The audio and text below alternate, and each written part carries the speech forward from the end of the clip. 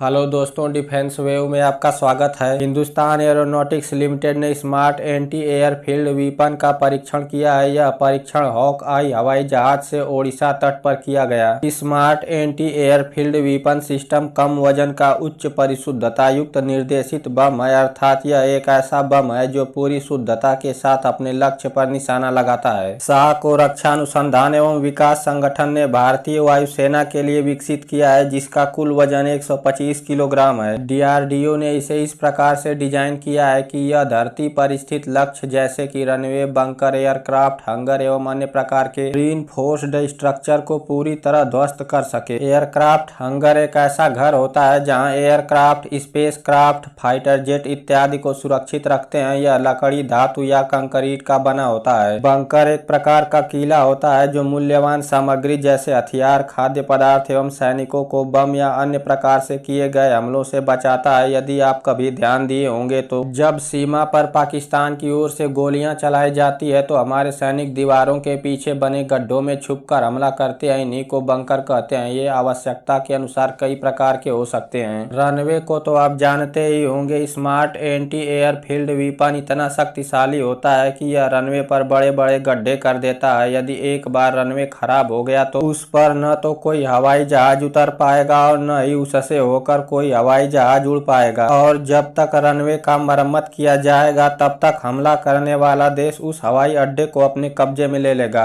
Smart anti airfield weapon system अधिकतम 100 kilometre तक हमला करने में सक्षम है, जिसके कारण यदि इसका प्रयोग युद्ध में किया जाए तो यह भारतीय वायुसेना को दुश्मन के क्षेत्र में गए बिना उस पर हमला करने में सक्षम बनाता है। उदाहरण के रूप में मैं यदि चीन को लेता हूं तो उसका निंगची एयरबेस भारतीय सीमा से केवल 15 किलोमीटर दूर है। भारतीय वायुसेना चाहे तो वह चीन के हवाई सीमा से 70 किलोमीटर से भी अधिक दूरी से निंगची एयरबेस पर हमला कर सकता है। स्मार्ट एंटी एयरफील्ड वीपन का परीक्षण इससे पहले भी जगुआर और सुखोई 30 MKI से 17 बार किया जा चुका है, लेकिन इस बार का परीक्षण सबसे महत्वपूर्ण है क्योंकि पिछले कई वर्षों से भारतीय वायुसेना फ्लीट की कमी से जूझ रही है। इसलिए लड़ाकू विमानों की कमी को पूरा करने के लिए हिंदुस्तान एरोनॉटिक्स लिमिटेड ने कम लागत वाले लड़ाकू विमानों को देश में ही बनाने का प्रस्ताव दिया। उसके बाद हाल ने डेवलप किया हॉक आई। आई का